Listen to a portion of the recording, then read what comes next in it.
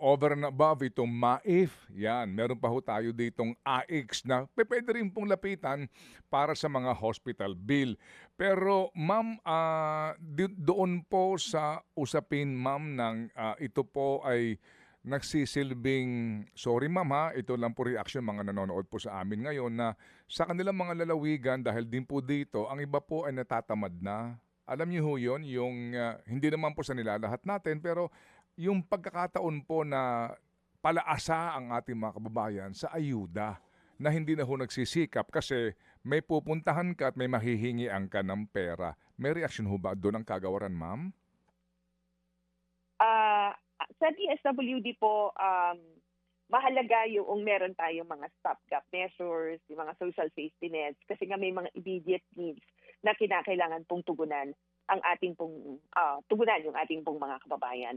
Pero hindi lang naman po doon nagtatapos ang DSWD because meron din tayong mga developmental programs na ipinapatupad para ma-empower yung ating pong mga kababayan and thereby, of course, promoting resilient families, resilient communities.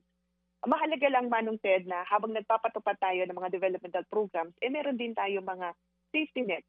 Nang sa gayon, kapag may mga immediate na pangangailangan, may mga sudden crisis that could adversely affect yung ating pong mga kababayan, ay hindi po sila masyadong maapektuhan na darating sa punto na sila ay sobrang hirap na.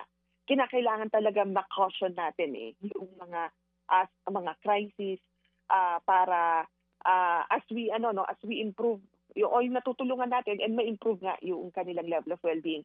Let me cite as an example, Manong Ted, yung ating mga 4Ps beneficiaries of 4Ps program is a developmental program, nag-i-improve yung kanilang level of well-being. Pero Manong Ted, it's always possible na yung a sudden shock or a sudden crisis, a disaster, sabihin na natin, pwedeng maka-apekto sa kanilang antas ng pamumuhay.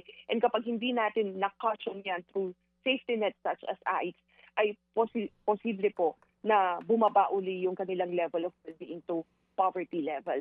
At yun yung iniiwasan po natin kasi nga kaya tayo merong mga programa kagaya ng AIX.